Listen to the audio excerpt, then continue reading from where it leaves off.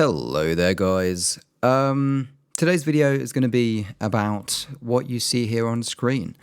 I saw this video, this animation, a few days ago on Super Rare on Instagram, and it caught my eye because I see some video compression. And, I'm not saying I know how this was made, but I think I might. To me, this honestly looks like this guy downloaded a video from the interwebs and used it as a displacement map. I'm not here to throw shade. I don't know if that is how it was made, but, I'm not here to judge. This guy made €1,500 from probably 10 minutes of work. So, that's pretty cool. On top of that, his other artwork is very impressive. This guy has talent. There's no doubting that. So, this is just something that caught my eye, the whole video compression thing, these cubes that you can see here. That's pretty much what gave it away for me. But anyway, yeah, let's just go ahead and earn €1,500. Let's recreate this. So inside of Blender, we're going to delete the default cube. We're going to create a plane. We're going to subdivide it a few times. We're going to add a subdivision surface modifier on top of that, maybe 2 or 3 times. In the render, we're going to set that to maybe 5. We're going to change it from Catmull Clark, which gives us these round corners, to simple. And then we're going to open up the shader editor. Now, if you're using Eevee, you want to use a different technique than what I'm showing you today. You want to go through the modifiers and use the displacement modifier. What we're going to use today is the shader. We're going to displace through the shader. And we're going to add a video. So I'm going to press Control-T. For this to work, you need Node Wrangler enabled. You can get that by going to Edit, Preferences, and then Add-ons, Node, and then you've got Node Wrangler. So then you want to load a video file of your choosing. In my case, I've got like a particle kind of video. Just go to YouTube, download anything you want, really. So I've got my video loaded here.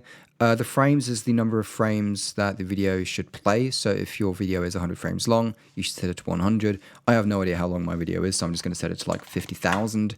The start frame is where in your timeline it should start playing. So if you want it to start playing at frame 80, you type in 80. I want mine to start playing at frame 1.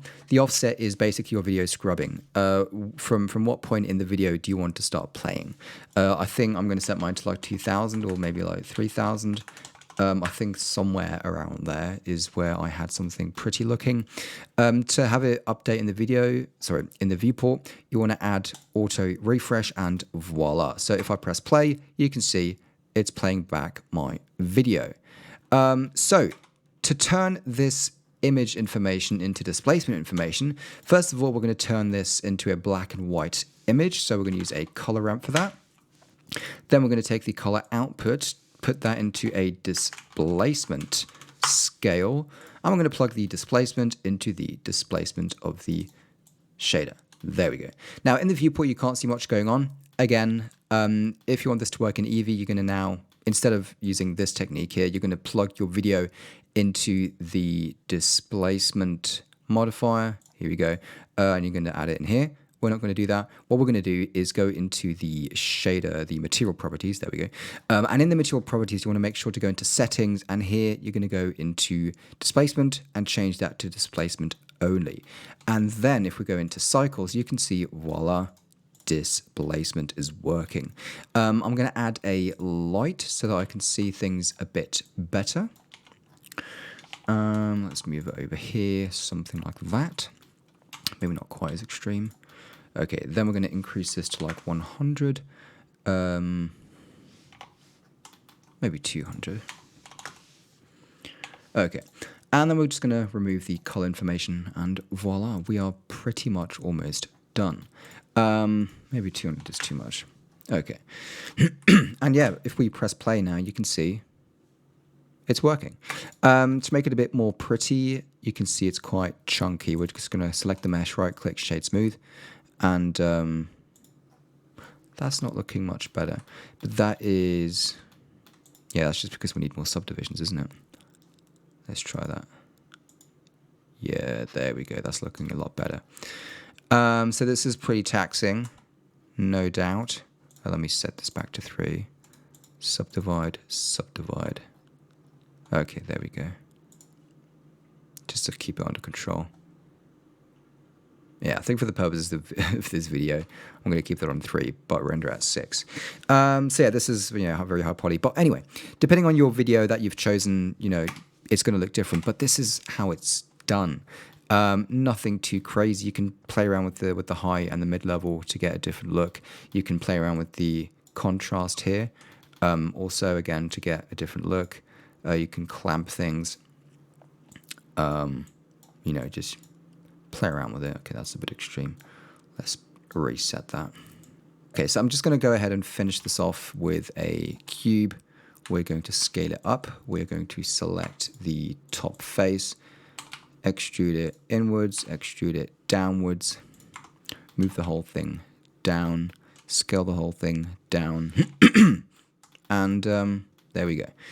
So I think the light is still too strong. I think something like that will do. And then to finish it off, we're going to set this to 1080 by 1080. We are going to create a camera. We are going to look through the camera. Then we're going to move the camera up, and there we go. Now, if you want to get really fancy, you can, add some transmission. You can make it blue. Maybe add some more roughness, and then move the light beneath it.